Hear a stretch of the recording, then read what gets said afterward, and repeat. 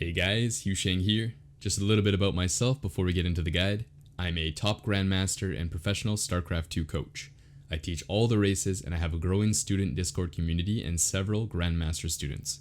If you're interested in personal lessons or supporting the channel through Patreon, you can find all the info you need in the description section of the video. Alright, let's get on to the guide. Hey guys, HuShang here. Welcome to the second part of the Dark Templar drop guide. In this part, we're going to be looking at the transition into an all-in. So a little bit of a change up there. And then next part, we're going to be looking at the macro transition. Okay, so yeah, basically you do your Dark Templar drop.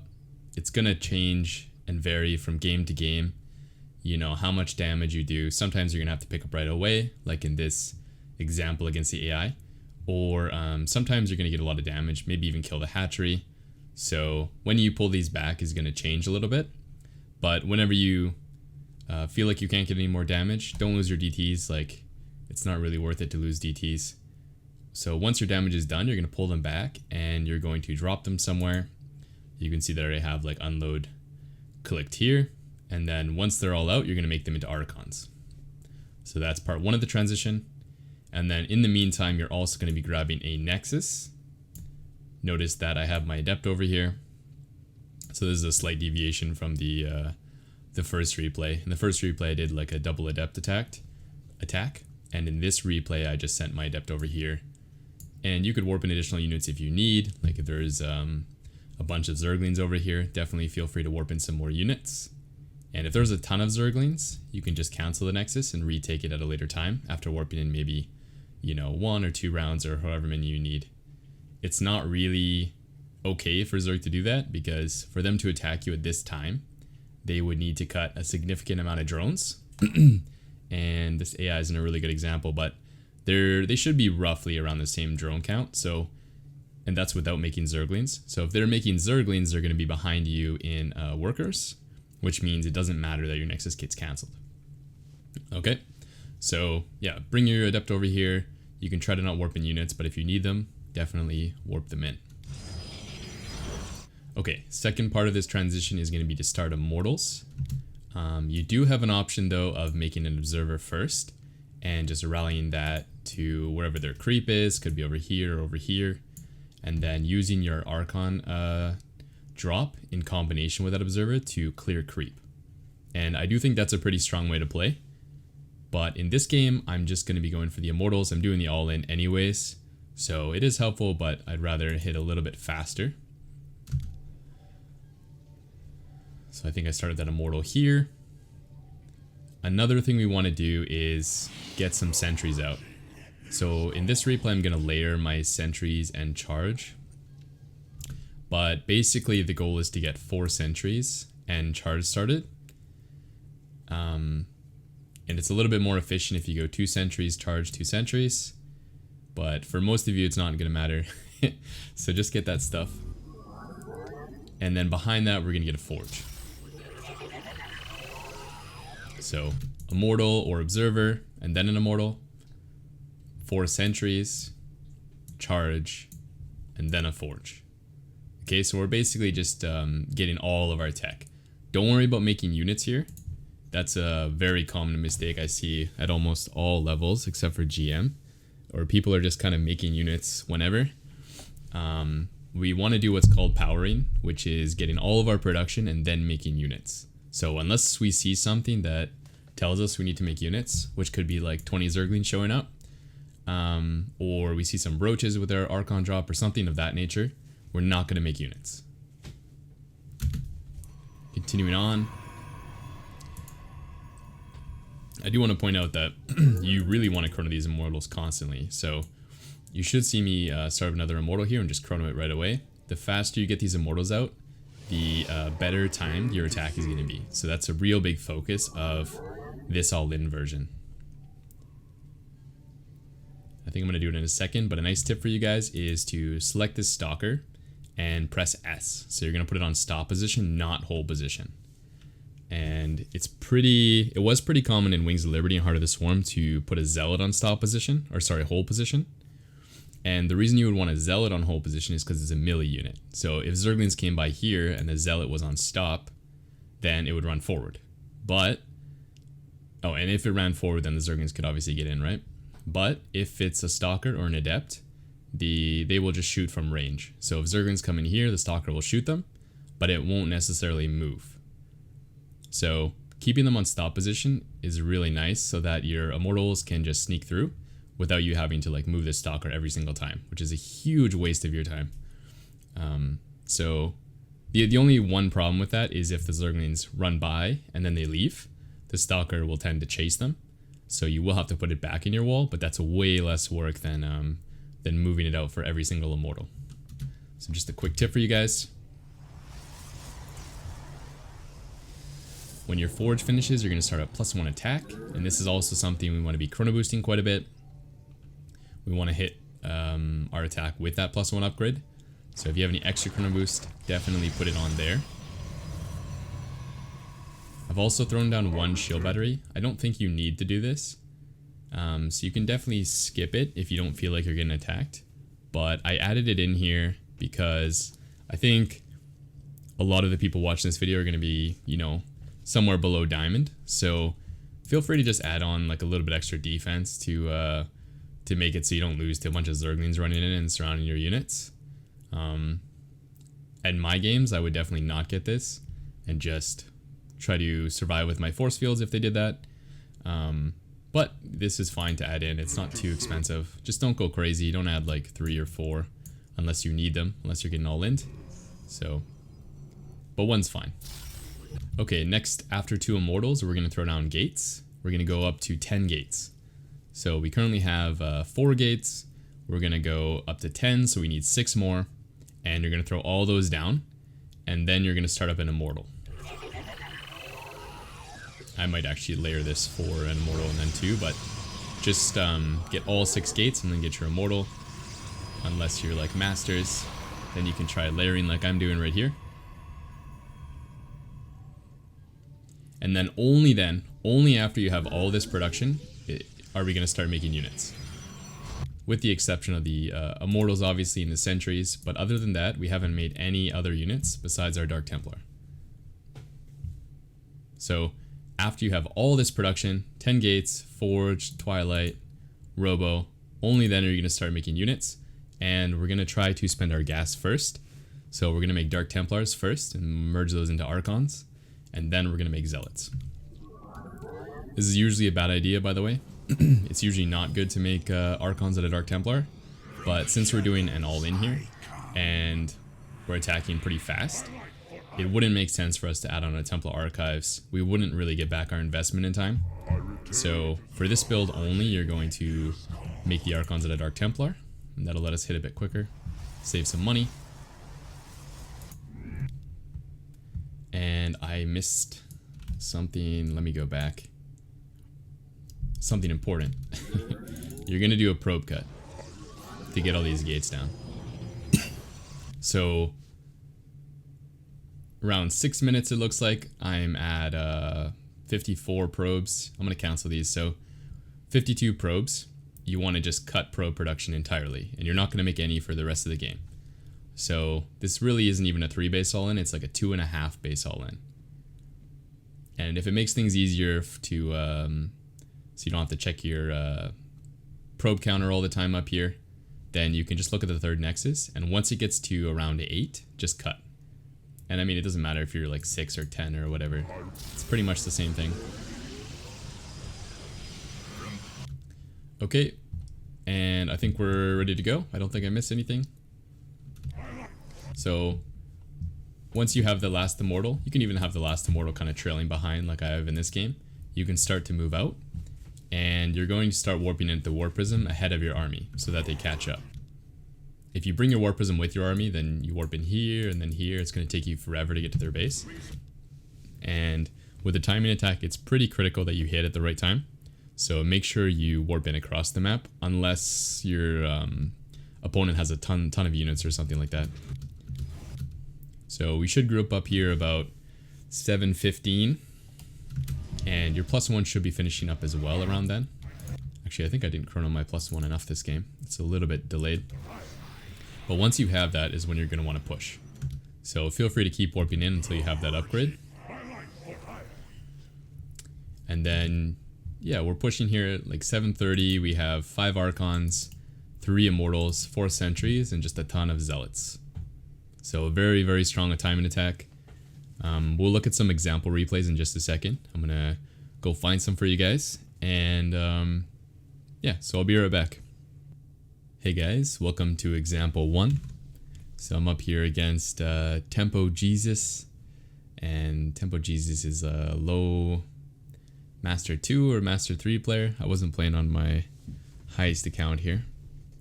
So we've got our DT set up to go into the 3rd. We have our double adepts. So we're going to do the double adept version. And those are going to come into here. I suppose they could also go into the main, try to get some drone kills, try to distract from this base. So let's see how this goes. This is one of the games where the DT drop gets a lot of damage. I'm also going to try to get a replay against a much higher level player and show you a game where this doesn't do a lot of damage. So DTs are doing a lot of work. Over here the adepts get, I believe, 6 kills total. So an incredibly good start. Okay, so this is like the phase 1, right? You do your DT attack, you maybe do this adept attack as well, and then behind this you're transitioning into your expansion and your Immortals. In this game, this Zerg was a bit annoying and spread some creep over here, so I just bring my Stalker over. Usually when you do this you want to warp in the unit over here, but I was pretty confident that there's no lings on the map, so I just kept it open. It's a little risky, but yeah, it's totally fine. So yeah, taking our expansion a little bit later than normal, but not too bad. And then we're going to grab our sentries, grab our forge, grab our charge.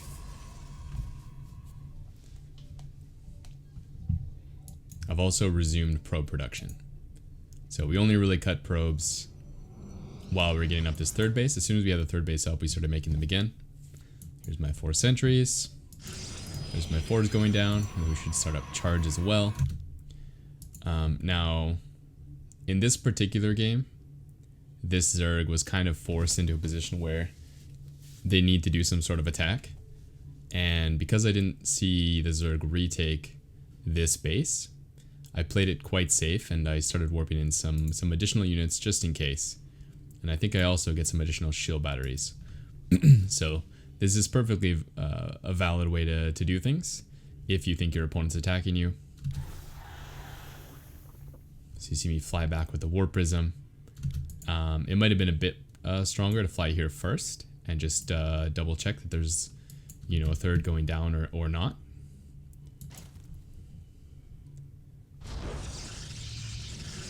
Throwing down some more shield batteries. Like I said, you can kind of go into defense mode. One big mistake I see around this period pretty consistently is people getting their gates way too quickly when their opponent's attacking them. So we do want to get these gates down, usually before the 3rd Immortal, but that's only if our opponent's playing quite greedy. So if they're doing any sort of attack like this, we just want to make units and survive, and we can worry about the gates later. So comes in here, loses a roach and leaves. Not a big deal at all. Now, from my perspective though, I'm not really sure if he's committing further. So I do a couple of warp-ins here.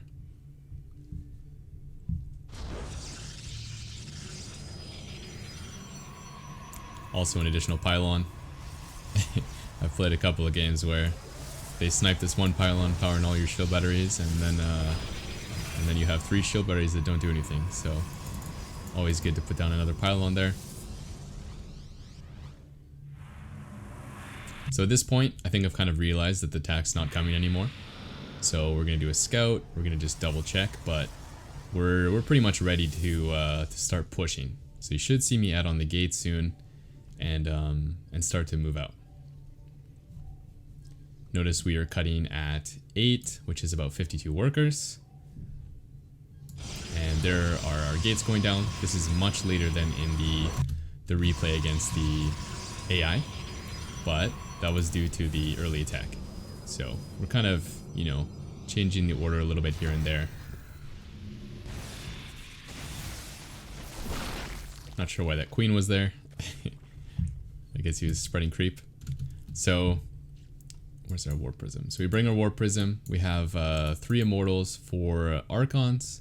So we're a little bit behind where we were in the other game, I believe. Our gates were done in the other game. And we're gonna come in here. You're gonna want to force field in about, well, as many units as you think you can kill quite quickly. So you don't want to force field his whole army necessarily, but you want to force field just enough that you don't lose a ton of your units, but you can kill quite a few as well. It's kind of a tricky balance. Now this game in particular, we're pretty far ahead from the early game, so I don't think there's any micro to take away from here. But in the next replay I show you, there'll be a lot more micro that'll matter. So just continuing to warp in consistently. Every warp in, make your pylons.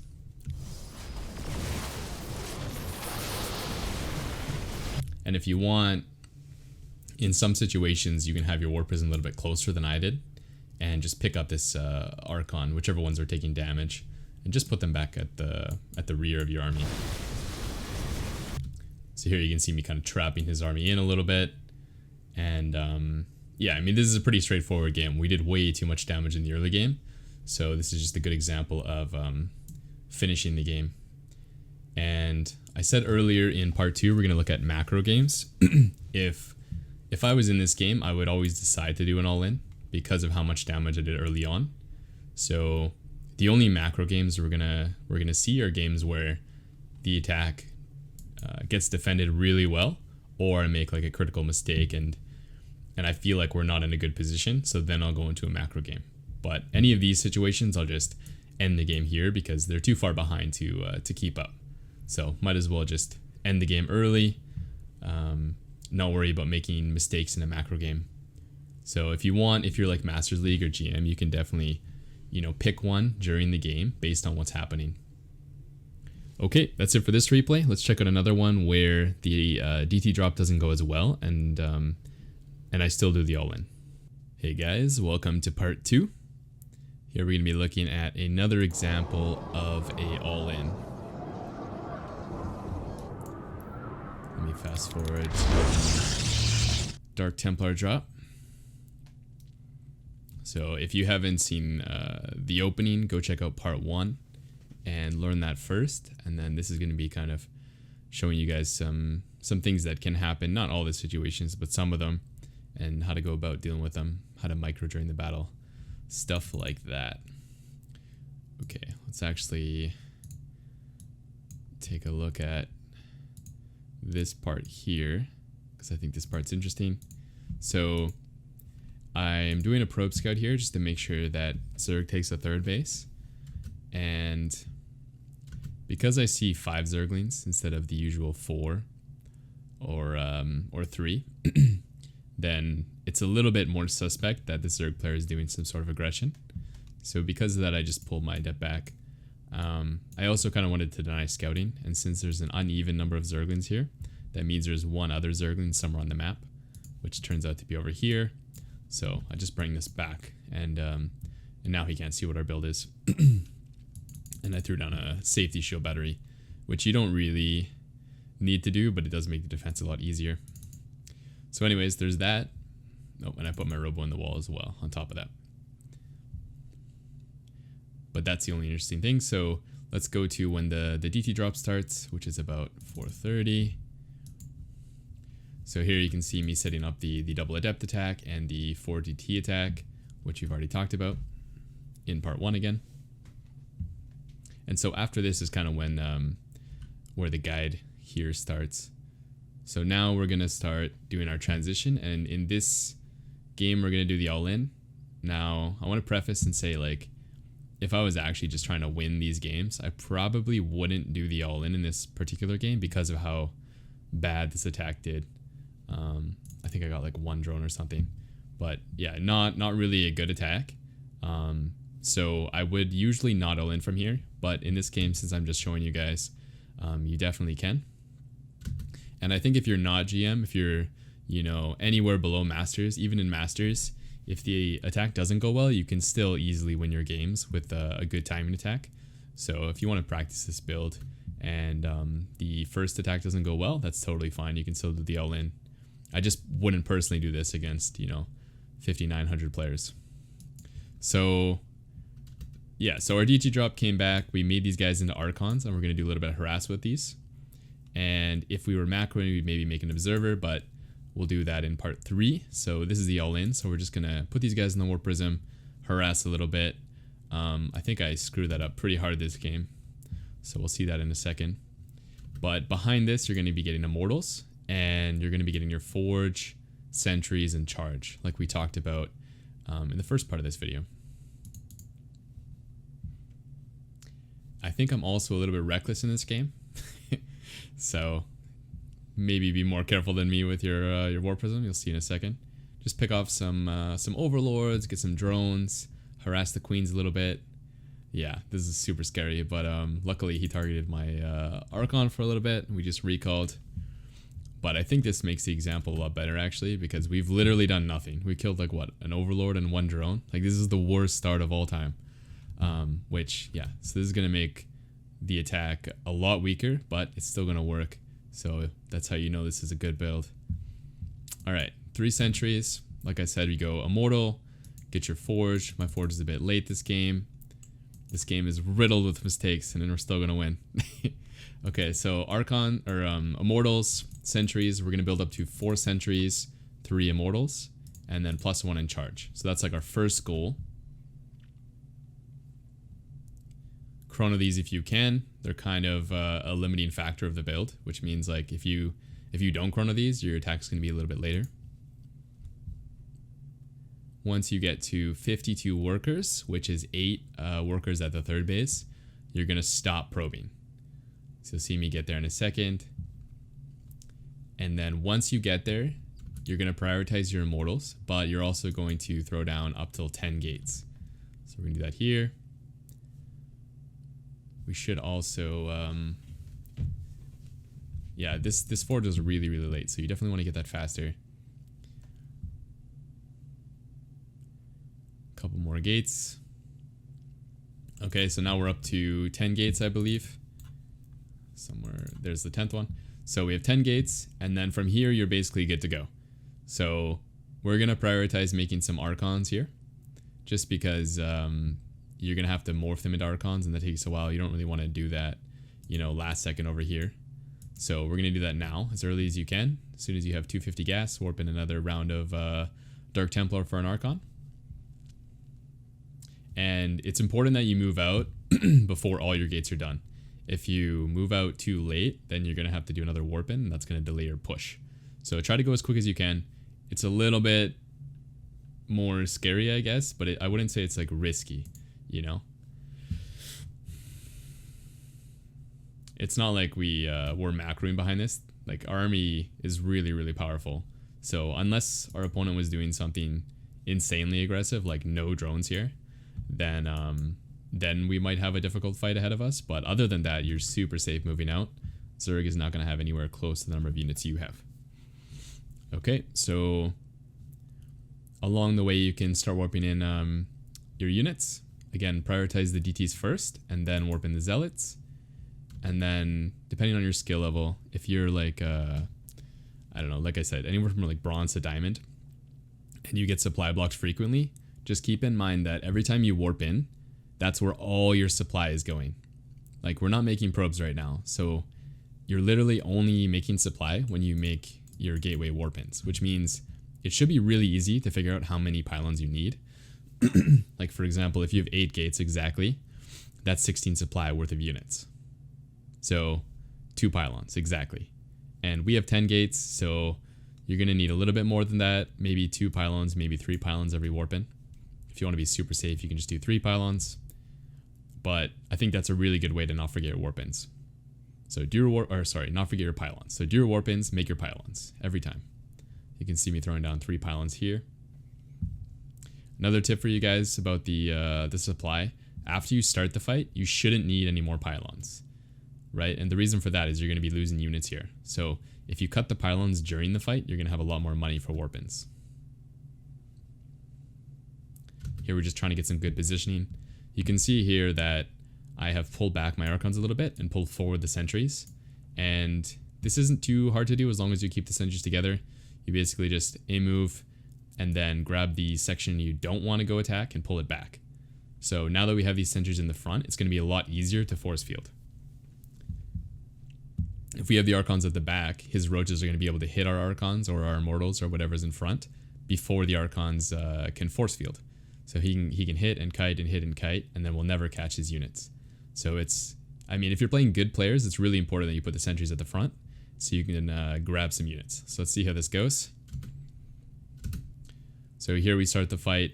This isn't a great force field wall, to be honest. We didn't grab too many units, but it's okay. Definitely could have went better. So again, once those force fields are up and you kill those units, you're going to want to do it again. So I'm probably going to grab something like that. Again, this is a pretty good chunk. If you do get a bad, if you do some bad force fields, you're going to want to pull back and maybe warp in some more sentries. It kind of depends on the situation, but I think sentries are better than Archons in a lot of situations here. So that is an option. But these force fields were decent, so we got a few roaches there. And I'm trying not to chase him. If I chase him, these zealots are going to get way in front of the Archon Immortal sentry, and then he's going to be able to kite them quite well and kill them before the Archons and the Immortals can do a lot of damage. So it is important that you catch him. And so what I'm doing is pulling back and kind of using this hatchery as a choke, so that when he comes into this area, we can hit some more force fields. So let's see how that looks. This is a decent player, so like he knows what I'm doing as well, and he's trying to bait me to use the force fields. You can see him move forward and back, so he wants me to force field like here maybe, and catch only a couple roaches, and that would be great for him. So we're kind of doing this little dance. That's what's going on. I think he kind of gives up on the hatchery here. Some more nice force fields, and yeah, he's kind of forced to let this hatchery die in a second. Oh, maybe I'm getting ahead of myself. More nice force fields. Yeah, so we're gonna snipe this, and I mean, this is a position where you get the hatchery and you don't really want to keep pushing because of how much creep there is here and how low our sentry energy is. So killing this hatchery is a position where I just want to back up. He's kind of chasing me, so I'm forced to fight a little bit, and you'll see that in a second. I'm gonna like fight him and then run away and fight him and run away, and that's just kind of to make sure my retreat is very efficient. But I do want to leave right now. Here I'm warping in some sentries, kind of to help force field and get some better trades, and that'll also help me leave. Yeah, these force fields were super helpful. He did launch a bile. What you can do if the bile is just re-force field immediately after it hits. So I have my force field selected right now, or sentry selected, and then as soon as it's done, I'm going to re-force field. So that's the way you can get around the biles. Obviously, you still lose some energy and stuff, but... Okay, so here's what I was talking about. So we're retreating, and he's going to chase me, and I'm going to be forced to attack for a second. And then he's going to run away, and then I'm going to run away. And that's just kind of to make sure that the fight doesn't happen. If I kept running, he would just get some straggling zealots, and so... Or maybe sentries even, so that wouldn't be very good. And then, yeah, so normally in this position, you could easily just give up on the attack. And I think this zerg's done like a pretty decent job of defending, actually. Especially... Well, not especially, but I mean, I didn't do any damage, so it's kind of expected of him to defend this. And like I said earlier, I normally wouldn't do this all in if I was in a even position. But since we're doing this guide, I just continue to all in and just show you guys. Like, even in a position like this where we kind of didn't kill him, we got the hatchery, which is like, okay, we can still win this game by continuing to push. I think I had to transfer some workers though. This base was like super oversaturated for probably a minute, so this was a big mistake. I should have transferred these guys over here earlier.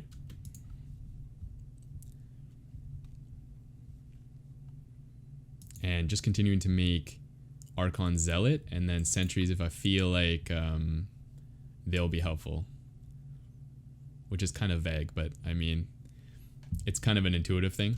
Like you want to have enough force fields to catch his army, but you don't want to lose out on the power of your army. The sentries really aren't offering a lot of power. That's where the Archons come in, so it's a delicate balance. I think I have like just enough force fields to maybe do like 3 and cut his units off. But if I use all this energy, I'll probably get some more sentries. Yep, so just these small pickoffs again. Here I'm going to pull back because I don't have any force field, and if I keep attacking, these zealots are going to get way ahead of the army again. And this is a pretty wide open area as well. So he could just run over here or over here and keep cutting the zealots, and that would be a good trade for him. So I pull back. And I think here's where I maybe get some sentries or something. Yeah, okay, so more sentries, get some more energy, and then go again. And let's see if we can catch some units this time.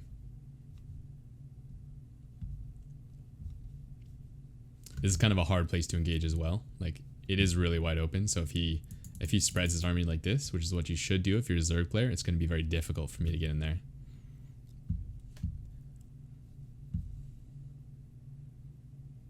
Yeah, so really bad force fields this time. I didn't catch too many roaches, and they could probably just sneak off. So I decided to pull back. I tried to catch them there again, but it wasn't very good. So not really great force fields, pretty bad to be honest. But what we did do is kind of force him to, well, we didn't force him, but he decided to move his units over here. If he had spread them during that, I honestly think we lose this game. But he pulled them this way, which messed up the one advantage he had, which was not being in a choke. So now he's kind of in a choke, and worse is he doesn't have a lot of creep this way. So if I attack from this side, there's not really any good place to run. So you'll see that in a second. So I basically just come over here so that he can't get away on this side, and then I attack move. And then we're going to try to catch some units with the sentries in a sec, but here he's actually fighting us, so there's no need to force field. Again, the only reason for force fielding is to prevent him running away. So here's a good place to force field. He's trying to get away. Trap him. Perfect. And then from here, he doesn't have too many units, so there's no need to force field anymore. We can just keep going for it. He's also kind of split up too, so it's hard to kite with your roaches on this side and this side. And so, yeah, that's game. So it's a really strong build. This guy is 5600, I believe. I'm not really sure who it is. He's a barcode. But, I mean, he's definitely a good player. And, yeah, there were just some small mistakes in this game. If you guys are going to do this build and you're, like, really high masters, you're either going to need to execute this build really well if you guys are in an even game, or you should just do the macro variant, which I'm going to show next. So thanks for watching. Hopefully this helped, and I will see you in, 2 days for the macro variant. Alright guys, peace.